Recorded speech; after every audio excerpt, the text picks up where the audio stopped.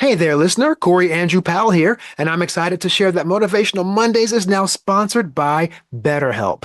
Feeling stressed or anxious? Well, BetterHelp brings you online therapy that's convenient and affordable.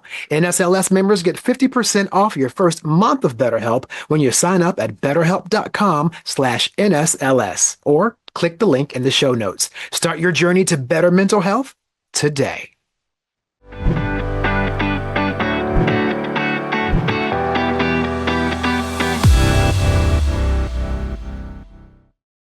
Hello, everyone, and welcome to another inspiring episode of Motivational Mondays. I'm Corey Powell, your host, and today I'm thrilled to be joined by Bernie Borges. He's a seasoned podcaster who's dedicated his platform to helping others find fulfillment during midlife. Now, after a successful career in B2B sales and marketing and hosting nearly 500 podcast episodes, Bernie realized something was missing despite his many achievements, and this led him to launch the Midlife Fulfilled podcast in 2022, where he explores the nuances of midlife satisfaction and purpose. Bernie joins us today to share his insights and experiences and mission to guide others on their journey to fulfillment during and again, I put these in quotes, midlife years. Bernie, welcome to Motivational Mondays. Corey, thank you so much for having me. I am really looking forward to our conversation. Oh man, me too. It's a long time coming. And, and as I just put midlife in quotes, I want to start there because, I had our pre-interview call a couple weeks ago, and you said something that I have not stopped thinking about. Like, I've been telling everybody, like, you guys, it's, check this out. So we were talking about the term midlife, and you said, something along the lines of, it's sort of elusive because there's no real one midlife for everyone. So maybe you'll be better at explaining what you mean. So let's start there. What were you meaning when you said that? Yeah. I love talking about this topic, and I really want to encourage your listeners, those that are in the demographic of maybe still in college, to please don't tune out. This is a conversation that I think you're going to enjoy for a number of reasons. So, Corey, to your question, what is midlife? First of all, let me say what it's not, Corey. It's not the midpoint of your life. And the reason is, unlike a ruler, like you can look at a ruler and you can look at the midpoint of the ruler because you can see the both ends of the ruler. We don't know both ends of our life. We know when we were born, but we don't know when our last day is. So there's no way to actually define a midpoint in our life. That said, a lot of quote unquote conventional wisdom based on what's been written over the years defines midlife as generally between age 40 and 60 to 70-ish. However, let me give you the Bernie Borges definition of midlife. And that is that it's adulting. Because I believe we have three phases of life, Corey: youth, midlife, which spans many decades, and then end of life. And end of life is a natural thing that everybody experiences. It's just the circle of life. Mm-hmm.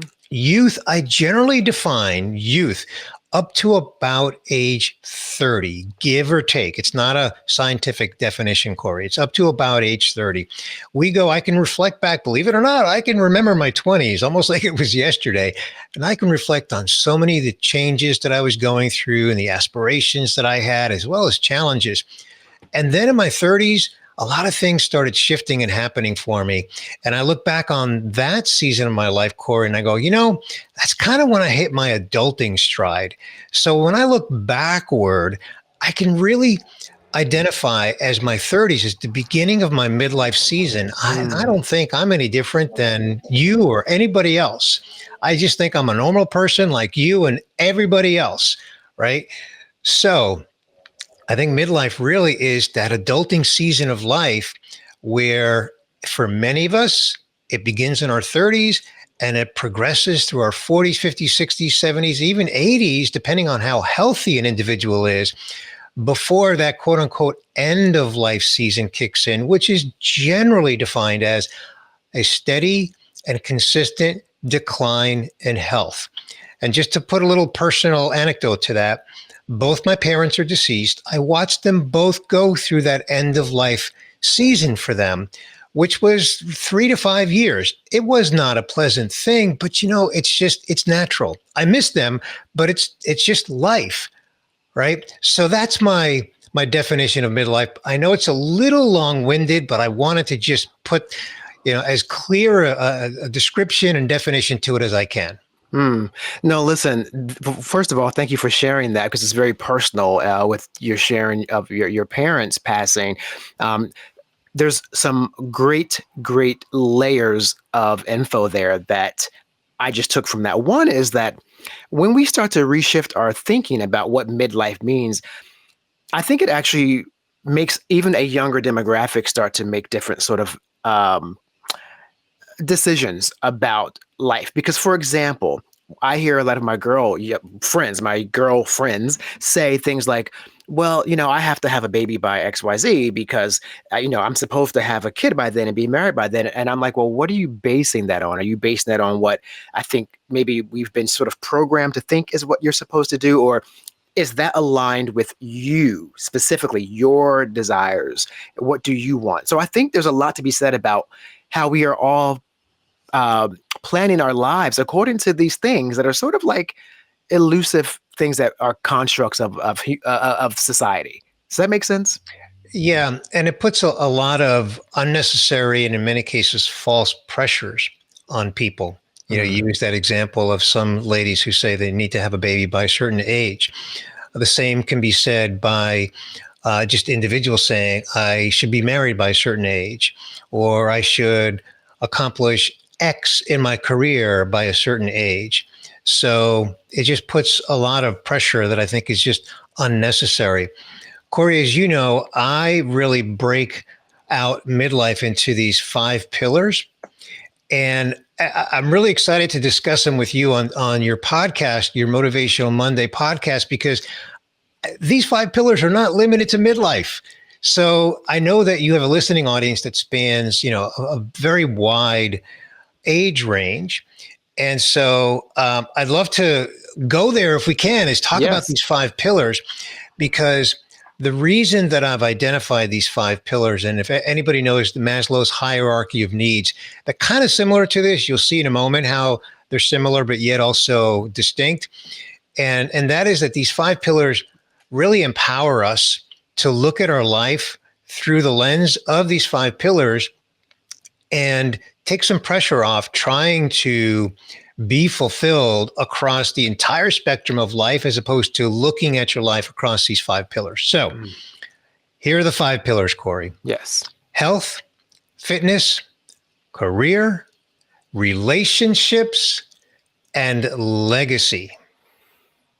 So if you look at your life through those 5 pillars, and since I'm all about fulfillment, and I do want to talk about the distinction between fulfillment and happiness, but if you look at your life through those 5 pillars, how fulfilled are you in your health pillar, which is both physical and mental health? How fulfilled are you in your fitness pillar, which as we age, it's less about, or really not about, competition. Like you're never going to see me competing in the Olympics, Corey. Sorry to disappoint you.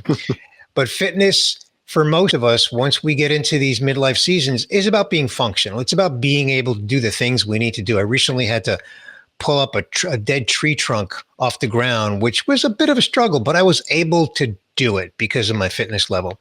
So fitness is about being functional. And then career, of course, we go through many different phases in our career. Relationships, well, that spans a lot, including faith. Faith is an aspect of relationships. But obviously, there's relationships with family, friends, work colleagues, et cetera, community. And then legacy is, what's the impact you want to have on people? So if you look at your life through those 5 pillars, then you're able to really have more peace with yourself. I say at the end of every one of my podcast episodes on the Midlife Fulfilled podcast, I ended with, if you're 80% fulfilled, you're doing great. Because, Corey, what I'm saying is, if you're fulfilled in 4 out of those 5 pillars, that's great. That's 80%. Right? So let me get your reaction to those 5 pillars. Well, I just thought of the opposite of that. The reciprocal is if you're on the 20% side, then you've got some work to do, right? I mean, so it really helps you gauge when you can tell yourself and be honest with yourself with accountability. You know what? I'm not doing well in these areas. Let me get it together and work on them. And so I think that's a really great way to break down I think those are five common denominators that we all share, those five pillars. They make perfect sense as humans that we can Yeah, and meet on the same page. Yeah. just to add to that, Corey, if in your example, if someone says I'm at 20%, I'm only fulfilled in one out of the five pillars. Well, the good news is now you know which one pillar you're fulfilled in and which pillars you're not fulfilled in. So instead of, I use this expression a lot, instead of trying to boil the ocean, instead of walking around life saying, boy, I'm just not fulfilled in my life, that's too nebulous. You've got to have some more concrete understanding of where are you not fulfilled. So by knowing that you're fulfilled in one out of the five rather, and then the other four you're not fulfilled in, then you can put an action plan in place for each of those other four pillars to try Mm-hmm. to gain more fulfillment. Yeah. And I think, the big part of that, and I mentioned accountability already, but a lot of that is going to require very serious self assessment. And a lot of times people don't want to look at themselves or have those serious conversations with themselves about where are they unfulfilled? Where are they unhappy? Because it may force you down a rabbit hole of a lot of things that are unresolved that you may have to resolve. But it's the way you move forward. You can't move forward, I think, without having those serious conversations with yourself. Exactly. It's all Mhm. about self-awareness. Yeah. You hit the nail right on the head, Corey. So thank you for that. Sure, sure. Uh, I want to talk about the difference between fulfillment and happiness because I get this question all the time, Corey, all the time. So, I'm happy, and I'm not fulfilled, or I'm fulfilled but I'm not happy. What's going on, right? Mhm. And I'm not a psychologist, but here's my definition of happiness and my definition of fulfillment. And I've Oh, done research on this, so I can share a little bit of that research in the interest of time here. I'll just kind of hit some treetops on it. Happiness generally is an emotion. So we're recording this roughly around noon Eastern time. And you might be happy based on what has happened to you this morning. This afternoon, something may happen in your day. Well, all of a sudden, you're no longer happy. Within the span of just a few hours, you have the emotion of happiness and unhappiness. You can have that. And we've all experienced that. It's an emotion, and it can change literally not only by the hour, but even by the minute mm. sometimes, especially if you're watching a sporting event and you're watching your favorite team, and at the end of the game, your team lost. Now you're not happy, right? Right. It's an emotion. And by the way, nothing wrong with that. We all want to be happy. Of course we do. Everybody wants to be happy. I want to be happy. You want to be happy. But fulfillment is different. It's deeper. I'll give you one word that really sums up fulfillment. It's an achievement. Fulfillment is an achievement. So many of your listeners are in college. When they complete their college education, that's an achievement. They should feel a sense of fulfillment for achieving that degree, that program that they completed. Mm. And when you achieve something and you experience that fulfillment, there is an attribute to that, Corey, that is very different than happiness. And that attribute is that it is immutable. So if that's a word that someone may be unfamiliar with, immutable means that it's permanent. It can't be taken away. Mm. So when you have some kind of an achievement and it gives you fulfillment, it doesn't matter if your favorite sports team lost and you're unhappy in that moment. That thing that you've achieved fulfillment in. And so look your pillars, right? If you feel fulfilled in your health, it doesn't matter that my favorite team just lost and I'm feeling unhappy in the moment that they lost. I still have the fulfillment that I have in my health Mm. or in my fitness or in my career or in my relationships. So the point I'm getting at is understand the difference between happiness and fulfillment so that when you're chasing fulfillment, you know what you're chasing. You're chasing something that is an achievement.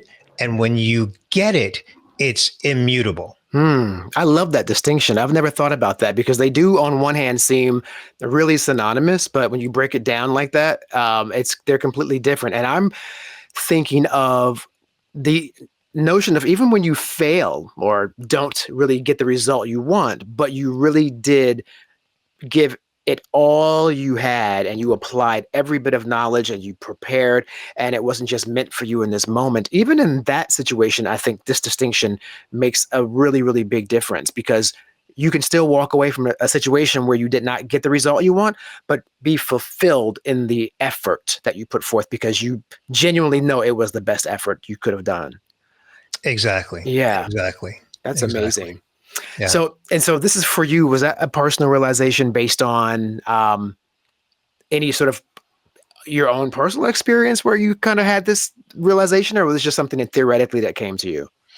I did a lot of self reflection because I've been doing a lot of research over the last 2.5 years on this whole topic, the topic of midlife, as well as the topic of fulfillment. So I came across this study called the U happiness curve. Have you ever heard of the study on the U happiness curve? Okay. No. So it's named the U based on the letter U. Think about how a letter U is shaped, right? It's got a top and then it goes down to the bottom and then there's a curve and then it goes back up the other side. Both sides are the same vertically, and then the curve at the bottom is at the bottom. It never changes. That's the Mm. letter U.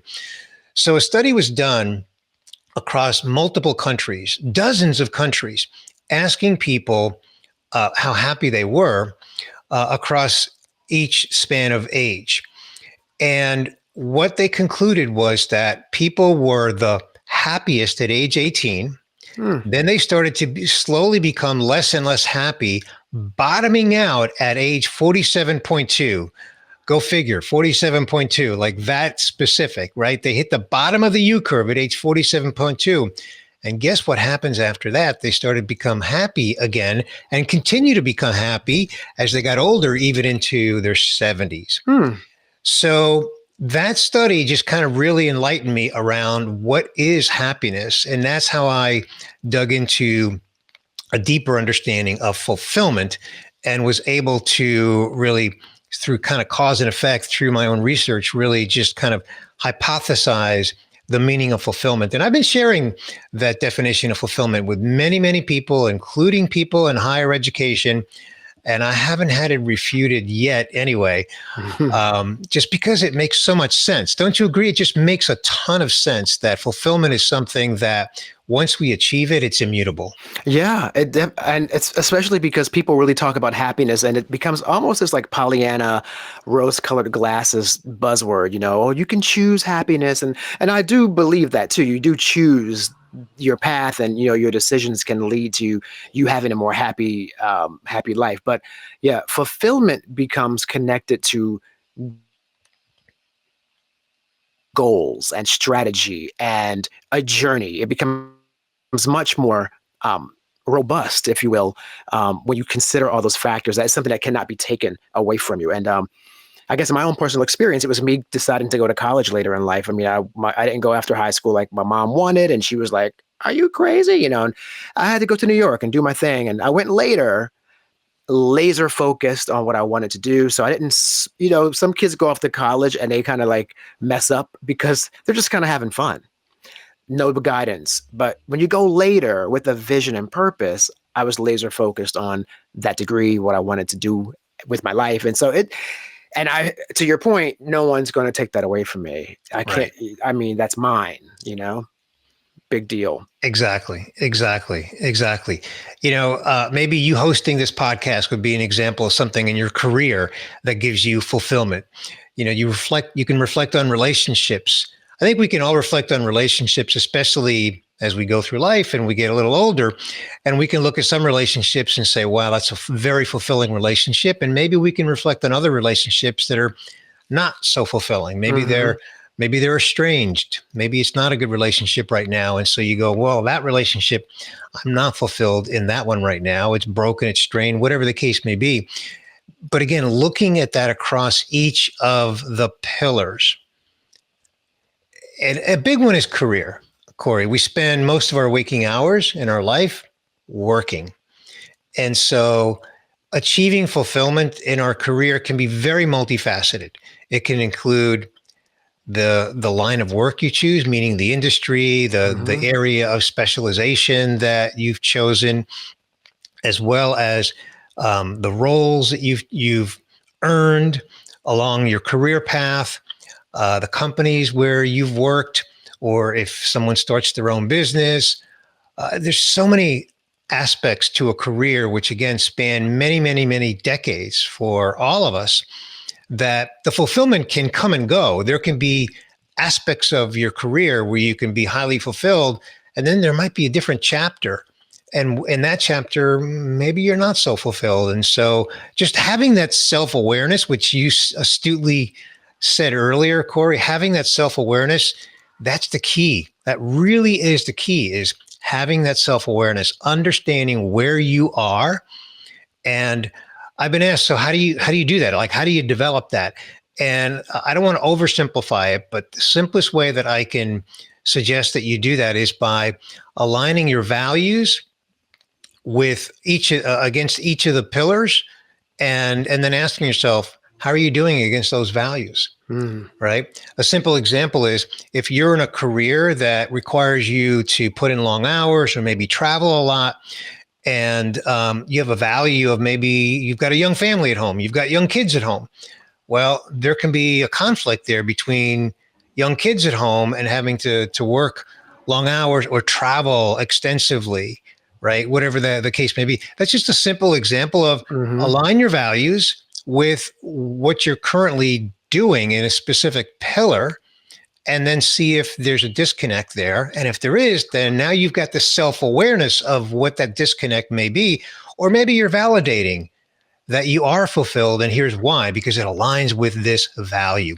So it's that integration, that marriage, if you will, of your values with where you are, and giving you that self-awareness of whether or not you're fulfilled. And by the way, fulfillment is not black and white. It's not yes or no. It's I'm 10% fulfilled, or I'm 99% fulfilled, or I'm 50% fulfilled. And yes, it's subjective, but again, it's a Hmm. self-awareness thing. If you know you're 50% fulfilled, then okay, it's not zero. You've got some room for growth, and you know what to focus on. Mm. Absolutely.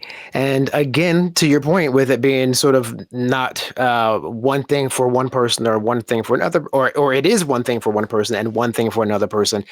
Um, I think there's a big emotive component to it. Like, I was the reference I made about someone who may fail at something but feel like really highly accomplished still in that moment because they applied knowledge in their best efforts. And that's just something that is really emotive. That's got to be from internal, sort of an internal awareness of who you are and what makes you feel validated.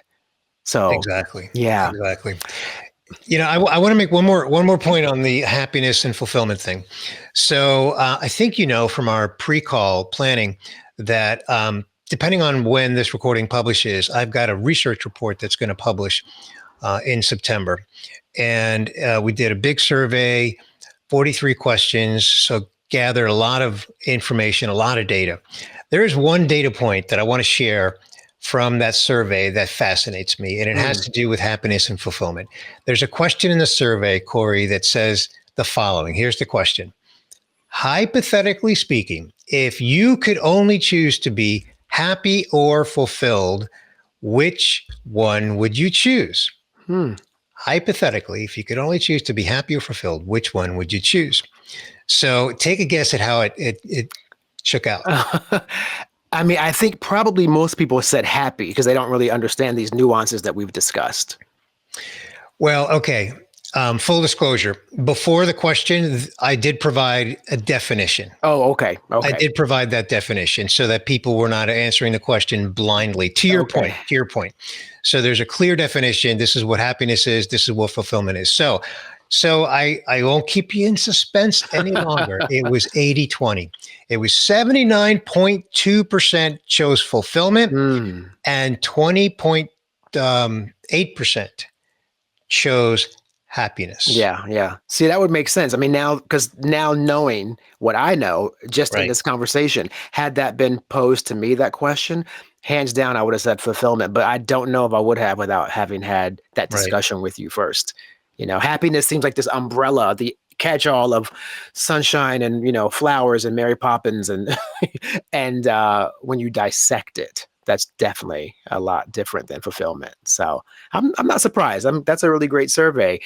Bernie, what I wanted to ask you too, I mean, for the midlife topic again, do you think, and we tapped in this a little earlier, or at least I think I referenced it, do you think we're doing a disservice as a society by sort of tacking on things to the midlife term? One thing for me, I cannot stop. Every time I hear the word midlife, you know what word I think of after it, right? Menopause?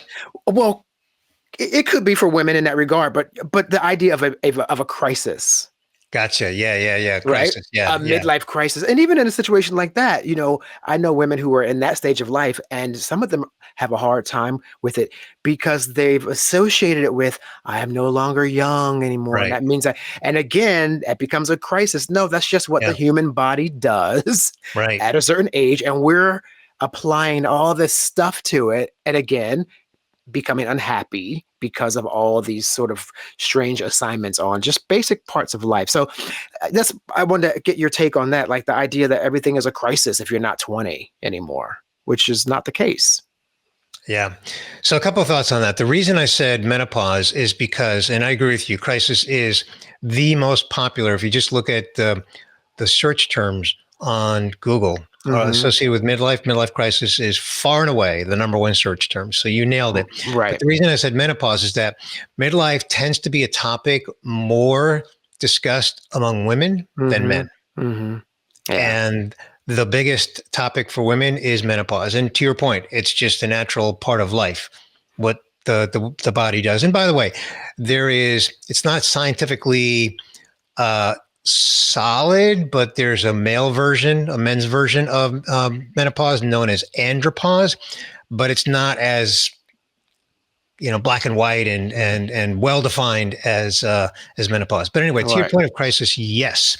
However, I did recently come across a study that said that 60% of millennials have reported that they've already had a crisis, Hmm. which I think validates my point because millennials go up to age 43 now, Corey. I don't know if you knew that. Hmm. Goes all the way to age 43. It's no Wow. longer because it keeps moving. It's I forget what the birth year dates are. But I know currently in 2024, as we record this, it goes to age 43. Next year, it'll go to age 44. Hmm. And 60% of that group in a recent survey said that they've already had a crisis.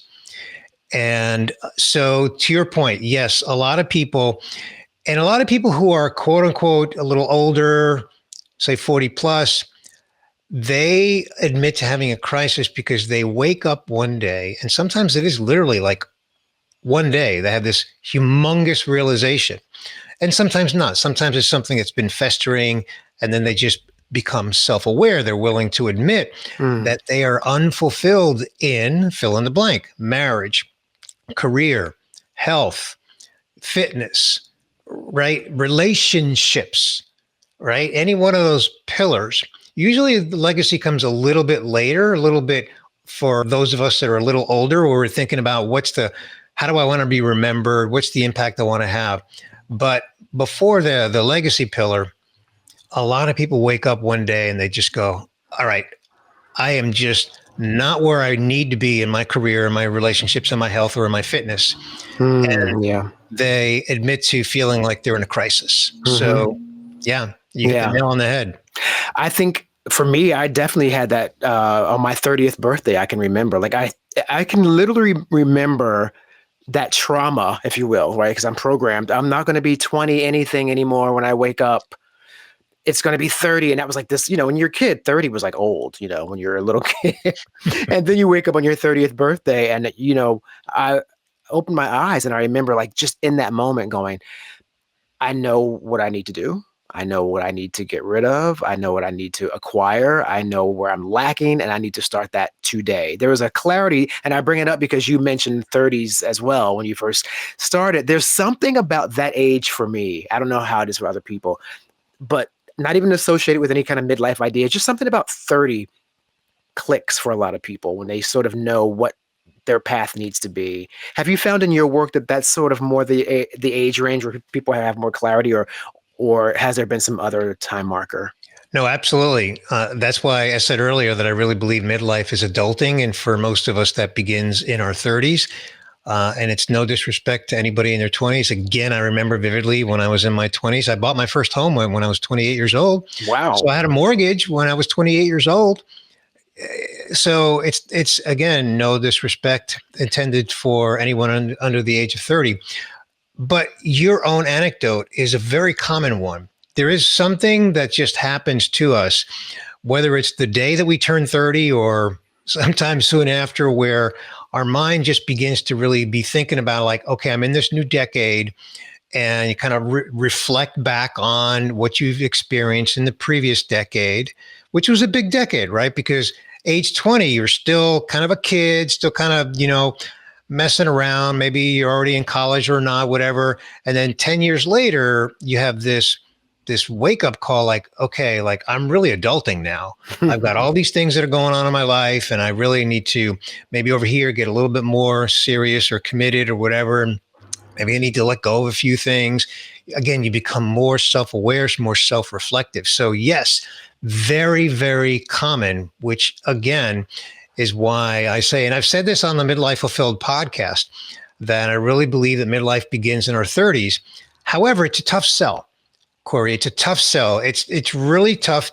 Hard to say to someone 33 or 35 or even 38 years old that they're in midlife, because there is this perception out there that midlife is 40, 45, even 50. Hmm. And so someone in their 30s just doesn't want to believe that. And I'm okay with that. I'm okay with that, because you and I know that they're going to blink and they're going to be Oh, 40, right? And they're going to blink again and they're going to be 50. right. And they'll look back and go, oh yeah, I guess I really did start, in my 30s. Yeah, yeah. And that's really important. That's why we want to stress again. And the reason why this conversation is so relevant for our entire listening audience, which will stem from potentially like an 18-year-old all the way up to maybe 70 years old, it is because there's one of those considerations at every stage of our lives in between that, where we're second guessing our choices or trying to decide if we've made the right decisions about life or what we need to do. And that's a long journey along the way where we're all going to have those, I guess, sensitivities, if you will. And there's no really one right answer about when that is going to be. So, anyway, younger people out there listening, as Bernie said, you'll blink your eyes one day and it will be 30, and then it'll be 40, 50, and so on. And so, Bernie, with that said, with nearly 500 episodes recorded across different podcasts. I mean, you've been doing that for quite a bit. So you're, as I said earlier, you're a seasoned guru in the podcast space. But what's been the most surprising discovery for you when it comes to this midlife conversation? What's the most surprising thing you've discovered about your listening audience if they've shared their struggles or what they've gone through? I think the most surprising thing on this whole topic of midlife and fulfillment in midlife is how everyone is struggling somewhere. Some are struggling a lot. Some are struggling maybe not a lot, but more than a little. And some are struggling a little. But I really haven't encountered anyone in my travels, and I've interviewed more than 100 people. Plus, I'm doing my research. And this report that's going to publish in September is validating the fact that everybody has some struggles that they're dealing with in their midlife journey. And that's why I feel good about saying, if you're 80% fulfilled, you're doing great at the end of every single podcast episode on the Midlife Fulfilled podcast, because that's what I've discovered, Corey, to back to your question, is that everybody has some struggle. And you know what? That's called life. It's just called going through life. If you're in a midlife season, you've lived long enough to be in one of the midlife decades, then you're experiencing life. And so don't beat yourself up if you're less than 100% fulfilled in any of the 5 pillars. Know where you are and work on that. But everybody has some struggle at some level. That's my biggest discovery. Wow, that's a pretty big one, and I think, I guess, to conclude the conversation, um, if it comes to someone who's just coming to terms now with the feeling of unfulfillment as we've just discussed it, what would you say is a first step for them to bring resolve, and addressing those feelings? Sure. Well, two things we've already discussed, so I'll just kind of summarize them. One is look at your life through the lens of those 5 pillars. Don't look at your life as one ocean that you're trying to boil, if you know that expression. Look at your life through those 5 pillars and ask yourself the question, how fulfilled am I in each of those 5 pillars? Health, fitness, career, relationships, and legacy. And then to take some action, as I said earlier, also look at your values in each of those pillars. And I encourage people to write them down. I mean, there's nothing more powerful in self-awareness than writing things down, and writing it down in a way that you're not going to share it with anyone. It's just for you. So that really should give you permission to be honest and not, sugarcoat things, right? When you're just writing for yourself. So write down your values and then then ask yourself, how is my fulfillment or my activities or my state of fulfillment in each of these 5 pillars aligning with those values? And I gave you the example earlier. If you have to work long hours and and you have values of a young family at home, those they're not aligned. There's misalignment there. So those are the two suggestions. Look at your life through those 5 pillars and then ask yourself, how am I doing in each of those 5 pillars against my values? And that can help someone come to some self-awareness and then know where to focus to improve fulfillment where it needs to be improved. And last point on this, Corey, is don't chase 100% fulfillment, because you're chasing perfection. And it's just not possible. Now, someone may argue with me, Corey. Someone may say, you know what? I'm 100% fulfilled. Fantastic. Congratulations. You're in the 1% of the 1%. The rest of us are not 100% fulfilled. Yeah. I will just say, as a man of a certain age, thank you for all this knowledge today. I absolutely really feel like it's benefiting me greatly as I'm on my journey, my continued journey. And I really appreciate you sharing your wisdom here with us today. Bernie Borges, host and creator of the Midlife Fulfilled podcast. And it's absolutely a great pleasure to have you here today on Motivational Mondays. Thanks for being here. Thank you, Corey. Thanks for having me. I've enjoyed our conversation.